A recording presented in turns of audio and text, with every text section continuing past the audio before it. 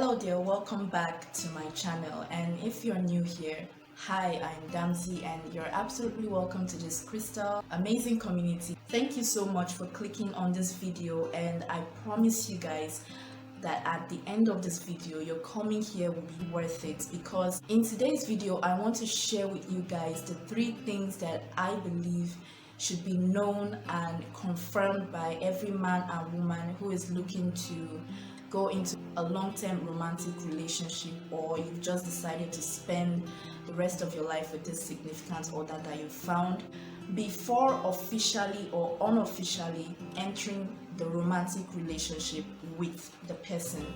I was watching a documentary just a few days back about the famous country musician Shania Twain and how she was betrayed by her best friend and her husband at the time.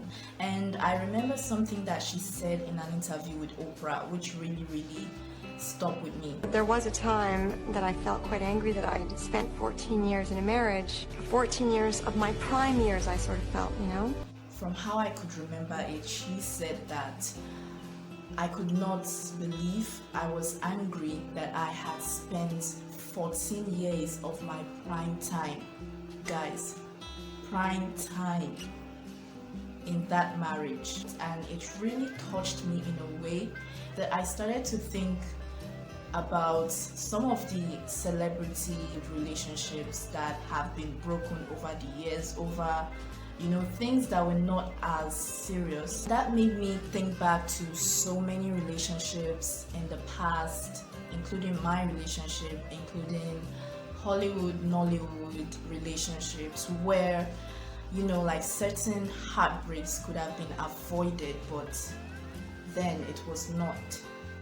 Although I am still in my early 20s, I could not imagine myself in my 40s or my 30s or in my 50s even sitting down in regret and wishing that I never got married to this particular person, or I never had anything to do with this particular person, or just regretting that I wasted my prime time, a lot of years, with a certain person. And it just made me wonder how many other people out there in the world are probably going through this regrets, mistakes and disappointments that could have been easily avoided if only we knew these 3 basic things. And disclaimer though, I am not a relationship expert. I don't know it all. I didn't study anything relationship in school, but I've always been enthusiastic about people and how they think, why they do the things that they do, and just understanding the different personalities that exist in the world. And I pay attention to details. I'm that kind of person that go in depth to understand why a certain thing occurred or happened in my life. And I just realized from my own experience and from other relationship traumas and dilemmas and breakups and heartbreaks that I've heard about in the past, I realized certain things, just 3 things that I feel so strongly in my soul that if we had known before going into that relationship, it would have saved us a lot of stress. Although I need to add just one more thing, that these 3 things that I'm about to share with you guys does not necessarily guarantee that the relationship is going to last or that it will be the best you've ever had. No, that's not what it's going to tell you. It's just the 3 basic information that I feel everyone needs to know about their significant other, because this information will help you understand your partner better and help you predict if the relationship is worth diving into or if it's going to last. The very first thing that you need to know about your significant other before diving into a serious romantic relationship with that person is their story. So by the word story, I do not mean just any story. I mean those specific story in that individual's life that has influenced who they are today. And those are like the real personal stories. Those are the stories that not everyone in their cycle knows about them. So this is a story that you have to ask, you need to know it, and most importantly, you need to understand it. Why do I say this? Because from understanding the story and understanding how they maneuvered every situation and why they took a certain step to get through it and not this other step, when you understand that, you will get to see their pattern. And what do I mean by pattern? Pattern is another thing entirely.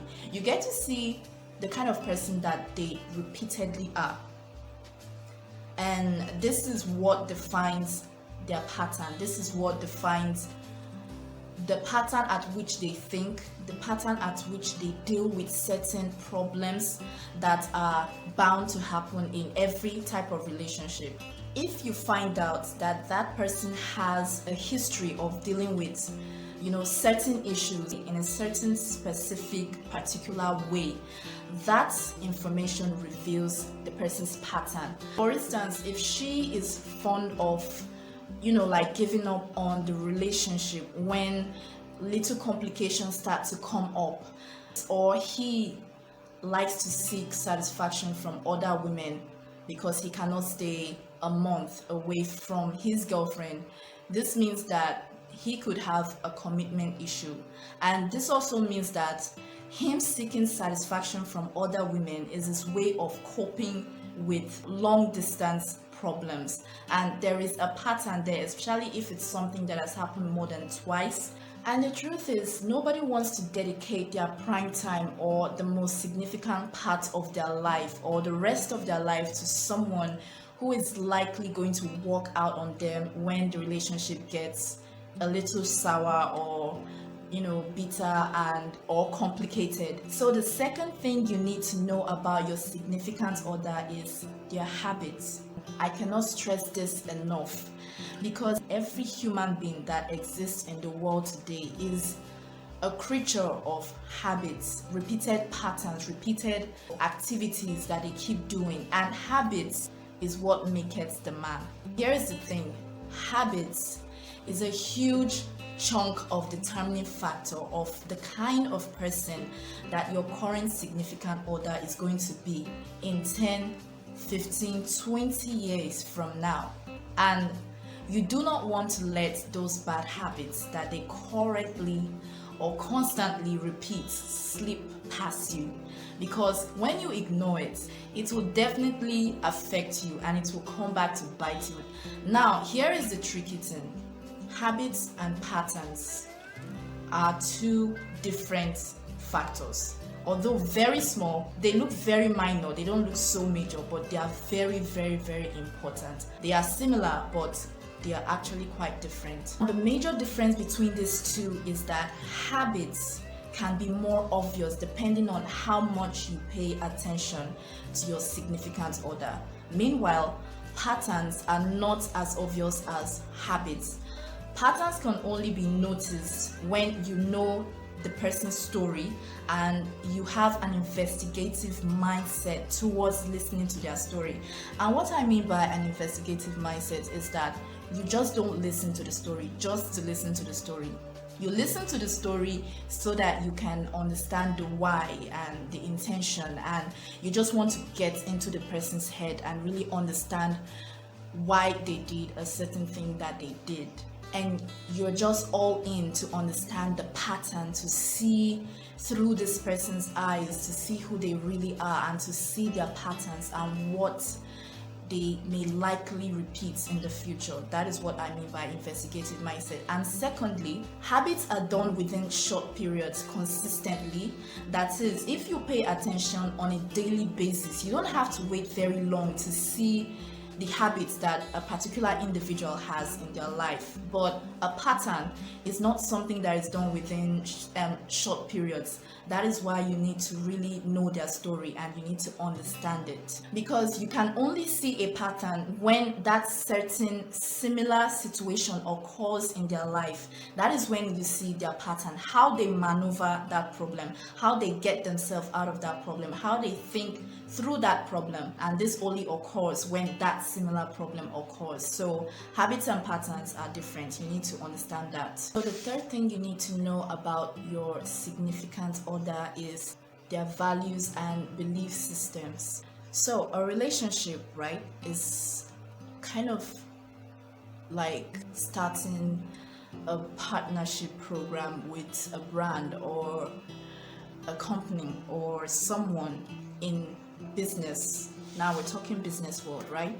And there's always this document that is being signed after every discussion has been made and every arrangement, and this document is being signed by the person that is coming in to sometimes by both parties or just one of the two parties involved. You know, what does that signing mean? You signing that document means that you agree to the rules and regulation that the company or the other party has provided, and you also agree to their policies and their ways. And sometimes this document go as far as also, you know, like revealing or showing the goals of the company. And you signing it means that you know that the brand's goals and their interest is aligned with your own goals and your own interest. That is why you see collaborations, they really, you know, boost businesses, they boost channels, they boost brands. Just think about it for a second and compare it to relationship, right? So you're about to form something serious, you're about to start something that may last a lifetime with this other person, and you do not bother to know about their interests, what they believe in, where they are going, their goals for the future, their plans, their interest. How do you expect that relationship to go far? Let's not talk about making it last now. Let's not talk about making it fun. How do you expect to go far with someone with that kind of relationship? Because it's like being in a relationship with someone that you do not know. Because values and belief systems, they basically form who the person is. Like the same way it's very important for you to know and understand the interest, goals and belief system of your significant other before jumping into a long-term commitment with them. I'm still quite baffled at some of the stories that I heard. There's this celebrity actually. I don't think it's necessary for me to mention the celebrity's name, but she had been in a relationship for a couple of years with her man, right? So I'm not going to mention any name, but then they were finally engaged, and after a few months of being engaged, they called off the engagement.